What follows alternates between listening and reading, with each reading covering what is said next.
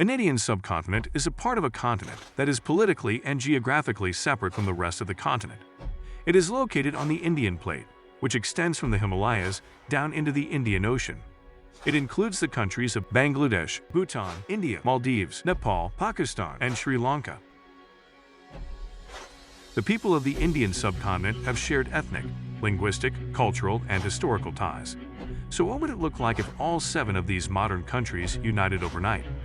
Although it is not possible right now because of tension between these countries. But let's say it's possible that all countries decided to come together with their impact on the world. Let's see.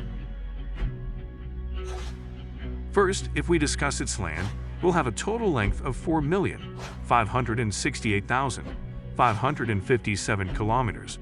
It will be 40% larger than modern-day India, making it the 7th largest nation in the world. It will be larger than both Iran and Argentina put together. It will, however, remain smaller than Australia. The new country's population would be roughly around 1.87 billion people, or about 23% of the entire world's population. That is more than the population of North America, South America, and Europe combined. This will also make this country number 1 in terms of population, leaving behind China, which at present has a population of around 1.4 billion in 2021. India alone has more people living there than the entire continent of Africa does, and that's only going to increase as time goes on. If we talk about language, about 1/3 of the population would be able to speak Hindi. 15% would speak Bengali. Another 12% would understand Urdu, while the Punjabi, Mara, Urdu, Tamil, and Gujarati. 4 of the world's most significant religions have their roots in India: Hinduism, Buddhism, Islam, and Jainism, all of which continue to have a significant presence. Hinduism would make up the vast majority of this new India, at 63.6% of the population, while Islam would be a significant minority at 31.4%. Christians would only make up 2%. Buddhists would be represented by 1.7%. Sikh would make up the final 1.3%, with other religions only having a tiny following. Perhaps the most challenging problem for the new country would be the region's economy. New India would have a combined nominal GDP of $4.1 trillion, which would rank it 5th largest economy. But considering that India alone is already the world's 6th largest economy, all of the additional countries added in would only make it surpass the United Kingdom's economy, while remaining just behind Germany, China, and the United States. In this $4.1 trillion GDP, India alone will be contributing $3.2 trillion in the economy. This new country will benefit other countries more than India, because India will have to spend its money on other countries. And despite being the 6th largest economy, India stands 107 in the Global Hunger Index. This makes us wonder that how a country will be able to feed other countries' people if it is not able to feed its own people.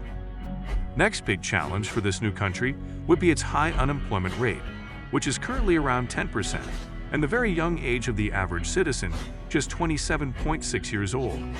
This might not be a huge problem now, but as India and the rest of the region develops further, then there will be 170 million jobless people in this new country. If this new country emerges, it will benefit its cricket, since talent from Pakistan, India, Sri Lanka, and Bangladesh will be combined, and it will become one of the difficult teams to compete in cricket. Also, there will be no tournament named Asia Cup, since in this tournament, only Asian teams participate. The new country army would have an active duty force of 2.6 million soldiers, the largest standing army in the world, with an additional 2.1 million in the reserves, which combined would give the new country the world's 4th largest total military size behind Vietnam and the 2 Koreas. In the event of a war, however, New India would have the largest manpower reserves, since we know that among these 7 countries, Pakistan and India are nuclear power, and if we combine the nuclear warhead of these 2 countries, it will make up to 321 nuclear warheads, slightly less than China. Military budget of this new country will be around $92 billion, which is 2 times smaller than China, $230 billion, and around 8 times smaller than the United States, which is $801 billion. This new country will also have complete control of the Indian Ocean. Since the partitions, India and Pakistan have fought 3 times in 1947 and 1965, and a limited war in 1999. And also the war between Bangladesh and Pakistan was fought in 1971, and millions of people died in such wars. If these countries were united, there would be no such wars in history. Also, there will be no territorial disputes over the Kashmir region. If we talk about coastline, it would be around 10,000 kilometers, in which India would have the largest coastline around 7,500 kilometers. Since Nepal and Bhutan have no coastline at present. Being a part of this new country, they will now have a coastline too. Since sea imports play an important role in trade among different countries. That's it. Let me know your thoughts in the comments.